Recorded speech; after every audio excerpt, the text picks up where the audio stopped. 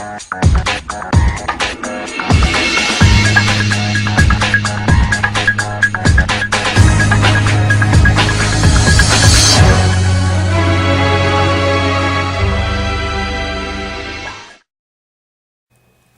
here with Team Eccentric, bringing you guys another dual commentary video. This time it's Connor on the left playing Blue Eyes White Dragons, and it's Johnny Savoy on the right playing his Vampire deck. The very same list you saw recently in a profile. So they're rolling for game one, and I believe here Connor goes first. And as you can see, Connor drew his Blue Eyes, he drew his alternative, so already right there he has a play. So first he reveals his Blue Eyes White Dragon special, the alternative, standard stuff from Blue Eyes. And then he normal summons the Sage, which allows him to search for a level 1 light attribute tuner monster. Obviously, you can kind of figure what he's searching here. Very, very advantageous card, Sage. The fact that it can search Effect Veiler is just really, really good. It sets you up for next turn disruption. Negate your opponent's monsters going first. So now also Connor has the materials to make a level 9 synchro in the form of the Blue Eye Spirit Dragon, summons in defense position, and from here he sets a card and he passes his turn. So now it's Johnny's turn, and as you can see, Johnny draws his card, goes into standby phase, and then enters main phase 1. Spirit Dragon in this matchup is pretty okay, given it can negate graveyard effects. The mass summon effect, where it doesn't allow your opponent to mass summon, isn't really too relevant. So Johnny activates Monster Reborn and targets the alternative. Since it was summoned the turn before, it can be Monster Reborn. So then after that, Connor activates his Spirit Dragon's effect on the resolution of Monster Reborn for Blue Eyes Moonlight Dragon, Moonlight Dragon, the Black Rose Moonlight Dragon, and then returns the alternative to his hand. Johnny activates Mind Control to take the Moonlight Dragon, which isn't too... it doesn't really do much in this scenario, only given the fact that he can't do anything with the Moonlight Dragon, and it leaves the field at the end of that turn. So it just kind of leaves Connor essentially defenseless at this point, but it doesn't do anything to advance Johnny's game state, really. So he normal summons the Vampire Retainer, and then sets a card, and then he ends his turn, which sends the Moonlight Dragon to grave. So now it's Connor's turn, he draws, and here he does the same thing again, summoning the alternative from his hand that he sent back with Moonlight. And there, if I'm not mistaken, Connor decides to use alternatives. He uses alternatives effect to destroy Retainer, but Johnny chains Vampire Domination, which negates and destroys the alternative. Connor sets the card and passes. So now it's Johnny's turn. The Vampire deck's really, really interesting. I really like the way it plays. It's one of those decks that can actually go second. So Johnny activates Mind Control and takes the face down monster. And it turns out to be a stone, so he flip summons it. And but as I was saying, the Vampire deck is really, really interesting. So he link summons for 2. The Vampire deck is really interesting because you just essentially take your opponent's monsters and gain life points. So he summons Underclock Taker in his right extra deck zone. And then he discards to special back the familiar. He discards the Vampire's Domain.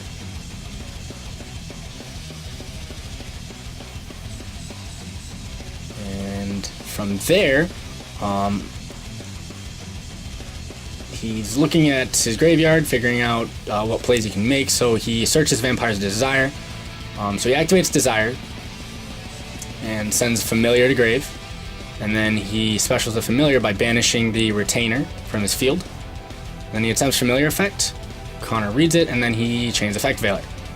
So essentially leaving Familiar with no effect for the turn, and essentially all that's on Johnny's board is nothing too advantageous at this point, but basically this matchup is kind of weird because Blue Eyes, just being a very simplistic deck, just summons a lot of big beaters, and then Vampires just takes things. It kind of seems like it would go in the Vampire's favor. So Connor's turn, he activates the Foolish Burial. He discards, or he sends from deck the Master with Eyes of Blue, Master in Blue Eyes is really actually pretty good. So Connor normal summons Glow Up Bulb, uses Master's effect, targets Glow Up Bulb on the field, and he sends it to Grave to send Master back to the deck, and then he gets to summon a Blue Eyes monster. So essentially he's just trading out a level 1 monster for a level 8 3k beater. It's pretty good. Master I do actually definitely recommend in Blue Eyes decks. It's actually a pretty decent card, especially considering it is it is searchable by Sage and it's a level 1 tuner. So there's really no downside to playing other than the fact that it's not a Cards of Consonance target. And forgive me for not knowing completely everything in the vampire archetype. I'm still kind of getting acquainted with it, being that I haven't really been paying attention to Yu-Gi-Oh for too long lately. I've been kind of in and out of it, but I'm trying to get back into it. Connor's looking at Familiar, and he attempts effect to destroy Familiar, sends the monster born off Glow Up Bulb's effect, and then synchros into a 9.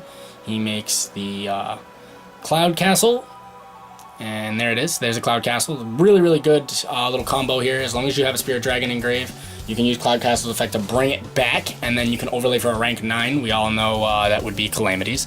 So the fact that he summons back the Blue Eyes Spirit Dragon off the Cloud Castle just allows him to essentially shut down Johnny's cards for the next 2 turns, given Johnny doesn't have some kind of removal in the form of a spell or trap card, or a Kaiju. So then Connor attacks over his Underclock Taker and passes turn. So now Connor detaches from Calamities to call Dark, and now shuts down his turn. Now Connor goes back to his turn. So from here, Connor banishes the Whitestone Vengeance to add back the alternative. He shows the Blue Eyes, specials it back, he specials out the alternative again, and then goes in for another 6k. And then it's Johnny's turn. And then Connor detaches again, essentially shutting down Johnny's board respectively, completely and utterly. Calamity is one of those really, really crazy cards that just literally turns your opponent's field off, like everything on their side of the field, not even just the monsters in play or the monsters in grave. It literally shuts down their hands, everything, anything that they would summon. It literally makes them all one attribute and negates all of their effects. It's actually really busted. Calamities is definitely a card. If you can make it in your deck, I recommend you play it. Mermails can make it by sending Mander and having 2 level 7s on board. You just banish the Mander and call Mermails to gain 2 levels, and then you make level 9s. Clearly, Blue Eyes can make it by making Cloud Castle with a Blue Eye Spirit Dragon in Grave, which isn't too difficult. Obviously, the True Kings can make it, considering Calamities is essentially the boss monster of True Kings. There's actually a few decks that can make the card, and it's not really expensive or anything. So if you can make Calamities, I definitely recommend you play it in your deck. But now we're going to game 2. And here, I believe Connor's starting again because Johnny likes to go second with his build. He likes to try and steal your cards from you and OTK you, from what I'm aware. However, you don't really see it coming until it happens. And there's really innovative ways of him to do it. So Connor activates the Melody, discarding the Rhapsody, adding Alternative and Blue Eyes. Standard stuff from Blue Eyes. Blue Eyes is a very linear deck, very, very simplistic. So it reveals Blue Eyes' special alternative. And just the same stuff every turn from Blue Eyes. It's the standard stuff. I mean, there are some really cool niche little techs like Master and Glow Up Bulb and Cloud Castle, but generally speaking, the deck is the same as it has ever been. Summon out big 3k beaters. So here, Connor activates Trade-In, discarding the Blue Eyes, drawing 2 cards. Draws into 2 spell cards, as you can see. And then he activates the return. Throwing out the Blue Eyes, and then he overlays again for a rank 8. Going into the Galaxy Titanic Dragon, the Hope Harbinger. Essentially just setting up spell negation with a return in Grave, so that's actually pretty good as long as Johnny has no forms of removal that would destroy, or that doesn't destroy. So for example, something that would send to Grave or something to tribute, i.e. a Kaiju. His Galaxy Eyes is essentially safe from one form of destruction. So now Johnny, being in his main phase 1, activates Allure of Darkness, And Connor allows it to go through, I believe. That he does. And so here, Mr. Savoy decides to banish the Vampire Familiar. Then, from here, Johnny normal summons the Gozuki, a tempting effect. There's no disruptions there, so it resolves, it goes through. And then he sends Vampire Familiar from his deck to the graveyard. Essentially, Gozuki is a really advantageous card in zombies. Obviously, it's like a normal summonable Foolish Burial, kind of like Unizombie in a way, but not exactly the same. But it's definitely a very good card to play. So then he discards his Vampire Retainer to special the Familiar from grave, and then he attempts Familiar effect to add the Scarlet Scourge to his hand. And then he somehow sends Vampire Grace to grave, and then special summons the Retainer. And adds the Vampire's Domain. Again, I apologize for not knowing all of the Vampire effects, so if I misstated one of the effects on one of those cards, or if I interpreted the gameplay wrong, please correct me. I know I'm not too up to date with the Vampire archetype, so forgive me here, but nonetheless, the deck is really, really strong. You'll see exactly the lines of play that Johnny Savoy goes down, and Johnny is essentially in our area the zombie king. Essentially, he plays zombies consistently, and it's like ridiculous how he plays them. He just knows how to play the deck. So he link summons into Vampire Sucker, the new link monster, and activates double summon, and from here Connor negates it.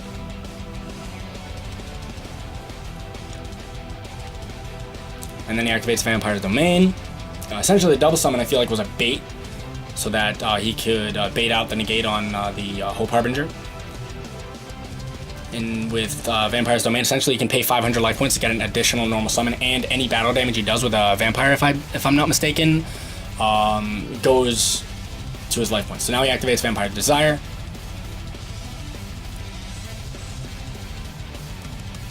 That allows him to send Vampire Duke to grave.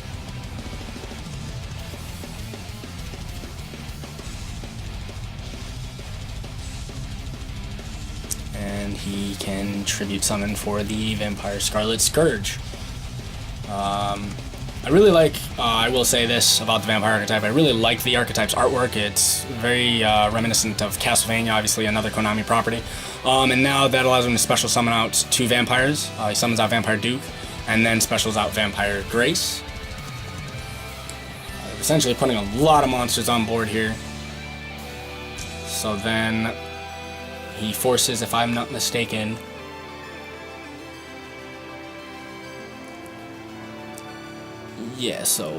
Connor sends to grave the White Stone of Legend, adds a Blue Eyes to the hand. I believe that's one of Johnny's effects. I believe that's Vampire Duke's effect. Allows him to call Monster, Spell, or Trap, and Connor must send one of those cards to the graveyard from his deck. So now he overlays into the Vampire Sheridan, the new Xyz monster, and he detaches, and he sends his Hope Harbinger to the graveyard, and then he takes it, which essentially sets him up a lot of board presence, because now he can negate spells, take monsters, and do a fuck ton of damage here. So, yeah, that there is game. Or no, actually it is not. So he link summons again into Summon Sword, that's right. Okay, so he continues on. So he link summons into Summon Sorceress. This is a game with Summon Sorceress. We did decide to let him test it out. So now that allows him to summon the Mizuki from the deck.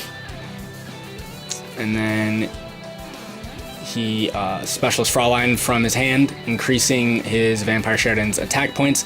And now I believe it would be game, if I'm not mistaken. Yep, that's game. So there's the game. That's game 2, and now we're going to game 3. So essentially, Connor won game 1 by setting up Calamities, and Johnny won game 2 by playing Summon Sorceress and summoning out Mizuki, which also allowed him to get the Fraulein and just do a lot of damage. So game 3, I believe Connor goes first again. Same standard stuff with Blue Eyes. You know, you're not going to see anything too technical. I mean, it is a very simplistic deck with a lot of, spell-intensive plays, so you're going to see a lot of spell cards from him. I really don't know where else to go with Blue Eyes. I mean, it's a very simplistic deck. It's just activate spell cards, summon 3k beater. It's essentially Caveman Yu-Gi-Oh! In a nutshell. So, looks as if Connor is probably going to go first.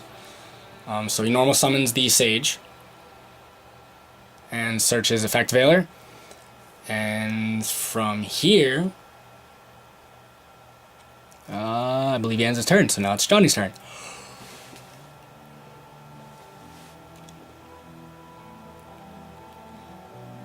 Yeah, you know, summoning Sage and ending, that's not exactly the most optimal board Blue Eyes can make, so, you know, Connor's kind of in a tight position here. So now, Johnny activates 1-for-1, ditching his Mizuki, already a strong play here. And then he summons the Familiar. So now he has not only Familiar on board with a 1-for-1, so he still has his first normal summon, but he also has Mizuki Engrave as a pseudo-monster reborn for any zombie. So he has a lot of advantage here.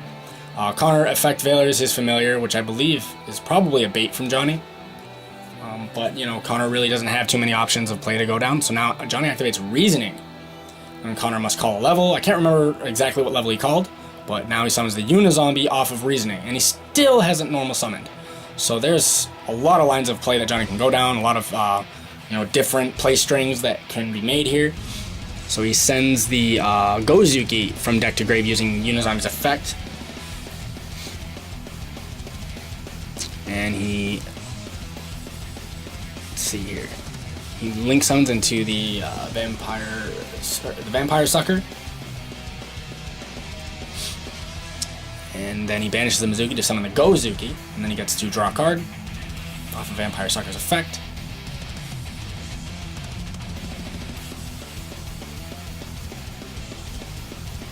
And then he uses, I'm assuming, Gozuki's effect to foolish out the Vampire Retainer. And then,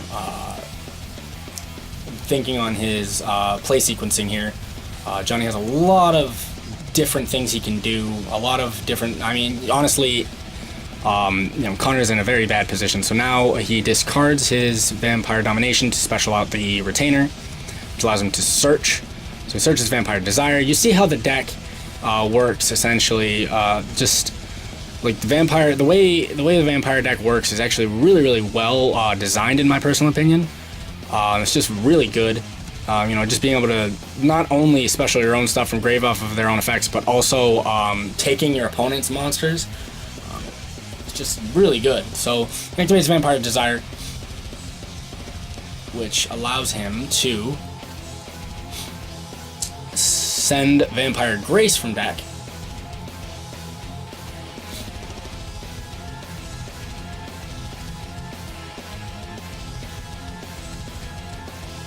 Yeah, Connor's in a very bad position here, especially considering Sage has 0 attack points. And he gets the normal summon of another Unizombie. And he still didn't use the second Unizombie's effect to discard from hand. So he activates Mind Control, takes the Sage, now it's treated as a level 6. So now he can overlay into the Sheridan. Connor's just reading the Sheridan, but yeah, that's one of the other clauses on some of the Vampire cards, is if you take your opponent's monster, no matter how, it's treated as a level 6. It's really good because you just get essentially, as long as you play Mind Control or any card that takes your opponent's monster, you get free materials for XC summons. It's pretty ridiculous. The way Johnny's deck is built is really innovative. I really like the way it's built. It's very it's not necessarily complicated or convoluted in any way, but it is really smart.